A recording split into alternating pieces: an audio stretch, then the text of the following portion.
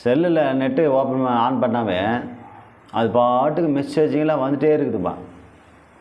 ஏன்னா நமக்கு தேவையானப்போ மெசேஜ் வேணும்னு எதிர்பார்ப்போம், ஆனால் வரவே வராது.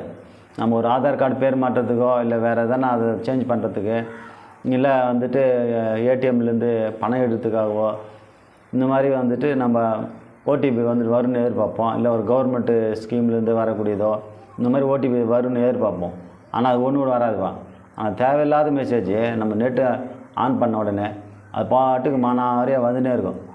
அதை க்ளோஸ் பண்ணுறதுக்குள்ளே நம்ம செல்ஃபோனில் இருக்கிற டேட்டாவே க்ளோஸ் ஆகிடும் போல இருக்குது. அந்த மாதிரி இருக்குது. ஆனால் அந்த மாதிரி செட்டிங் தான் இப்போ நம்ம பார்க்க போகிறோம்.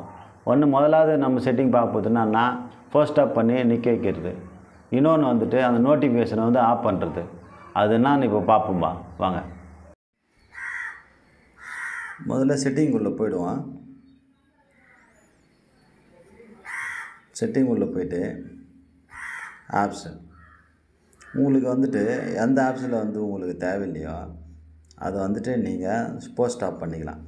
ஏன்னா நமக்கு தேவையில்லாமல் அது பாட்டுக்கு மெசேஜிங்கெலாம் வந்துன்னே இருக்கும். இதனால் நமக்கு எரிச்சலாக தான் இருக்கும். நீங்கள் பாருங்கள், நமக்கு இந்த ஆப்பில் வந்துட்டு எதனா ஒன்று நமக்கு தேவையில்லைன்னா நம்ம இது பாருங்கள் டிஸ்டர்பிள் பண்ணியிருக்கு பாருங்கள். நமக்கு எது தேவையில்லையோ இப்போ பாருங்கள், எக்ஸாம்பிள் ஃபேஸ்புக்குன்னு வச்சிங்கன்னா ஃபேஸ்புக்கில் மானாறு மெசேஜ் வந்துருக்கு. இது பாருங்கள் போஸ்ட் ஆப்னு இருக்குது பாருங்கள். இது கொடுத்து விட்ருங்க. இது கொடுத்துட்டிங்கன்னா உங்களுக்கு நோட்டிஃபிகேஷன் வராது. வந்துட்டு நம்ம கொஞ்சம் நிம்மதியாக இருக்கலாம். ஏன்னா தேவையில்லாத நம்ம பாட்டுக்கு மெசேஜெலாம் வந்துருந்தால் நமக்கு வந்துட்டு ஏதோ கஷ்டமாக தான் இருக்கும். இது ஒன்று. அடுத்தது இன்னொன்று பார்ப்போம். அடுத்த செட்டிங் என்னான்னு பார்ப்போம். நேராக வந்து குரோமில் போயிடுங்க. குரோமில் போய்ட்டு இந்த 3 டாட் இருக்குது பாருங்கள். இந்த 3 டாட்டை கிளிக் பண்ணுங்கள். அப்படியே இங்கே பாருங்கள் செட்டிங்ஸ்னு ஒன்று இருக்குது. அந்த செட்டிங்ஸ் வாங்க. அப்படியே ஸ்க்ரோல் பண்ணுங்கள். இங்கே நோட்டிஃபிகேஷன் ஒன்று கொடுத்துக்குறோம் பாருங்கள். அந்த நோட்டிஃபிகேஷனை கிளிக் பண்ணுங்கள். இதில் பாருங்கள் நமக்கு எதெல்லாம் நோட்டிஃபிகேஷன் ஷோ ஆகணுமோ அதெல்லாம் வந்துட்டு நம்ம வேணும்னா வச்சுக்கலாம். தேவையில்லைன்னா நம்ம க்ளோஸ் பண்ணிவிடலாம். இதை பாருங்கள் எவ்வளோ நோட்டிஃபிகேஷன் வந்துட்டு நம்ம பாருங்கள் கொடுத்துருக்கோம். Browser, computer, complete downloads, active downloads,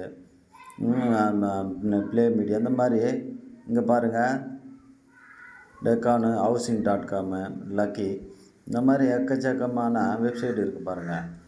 91mobiles.com, இந்த மாதிரி எக்கச்சக்கமான வந்து நம்ம என்ன பண்ணிடுறோம் ஆக்சிஸ் பேங்க்கு இந்த மாதிரி நோட்டிஃபிகேஷனு நாம் வந்து டிக் கொடுத்துட்ருப்போம்.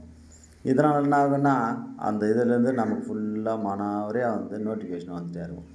நமக்கு எது நோட்டிஃபிகேஷன் வேணுமோ அதை மட்டும் தான் நம்ம வச்சுக்கணும். தேவையில்லாமல் இதெல்லாம் வச்சுருந்தோம்னா நிறைய நோட்டிஃபிகேஷன் வரும். நமக்கு வந்து டேட்டாவும் காலியாகவும் பேட்டரியும் வேஸ்ட்டாக போடும்.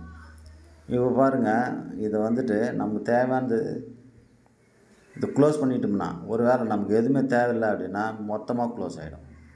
இல்லை நமக்கு மொத்தம் தேவையில்லை, எனக்கு வந்துட்டு முக்கியமானதில் நோட்டிஃபிகேஷன் வேணும் அப்படின்னா இது பாருங்கள் ப்ரௌசர் வேணும்னா வச்சுங்க, வேணும்னா எடுத்து விட்ருங்க. இப்போ கம்ப்ளீட் டவுன்லோட்ஸ் இது கண்டிப்பாக வேணும். நம்ம எதனா டவுன்லோட் பண்ணும்போது நமக்கு வந்துட்டு நோட்டிஃபிகேஷன் வந்தால் தான் தெரியும். அதேமாதிரி ஆக்டிவ் டவுன்லோட்ஸ் இதுவும் வேணும். இதெல்லாம் நமக்கு தேவையில்லை.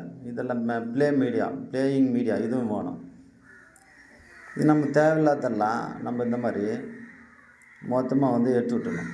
இது பாருங்கள் இதெல்லாம் தேர்ட் பார்ட்டி சைட்டு தான். இது நமக்கு எதுவுமே தேவையில்லை. வேணும்போது நம்ம திரும்ப ஆன் பண்ணிக்கலாம். இப்போ தேவையில்லை. நமக்கு என்ன பண்ணாங்க, உங்களுக்கு ஒரு வேளை இதில் ஏதாச்சும் வந்துட்டு நமக்கு வேணும் அப்படின்னா அதை மட்டும் வச்சுங்க, வேணான்னா க்ளோஸ் பண்ணுங்கள். இது பாருங்கள் இந்த மாதிரி தான் நம்ம வந்துட்டு அந்த க்ளோஸ் பண்ணணும். பாருங்கள் மொத்தமாக க்ளோஸ் ஆகி போச்சு. நமக்கு தேவையானது மட்டும் வச்சுக்கலாம். இந்த மாதிரி பண்ணி பாருங்கள், உங்களுக்கு கண்டிப்பாக வந்துட்டு அந்த மெசேஜ் எல்லாம் வராது.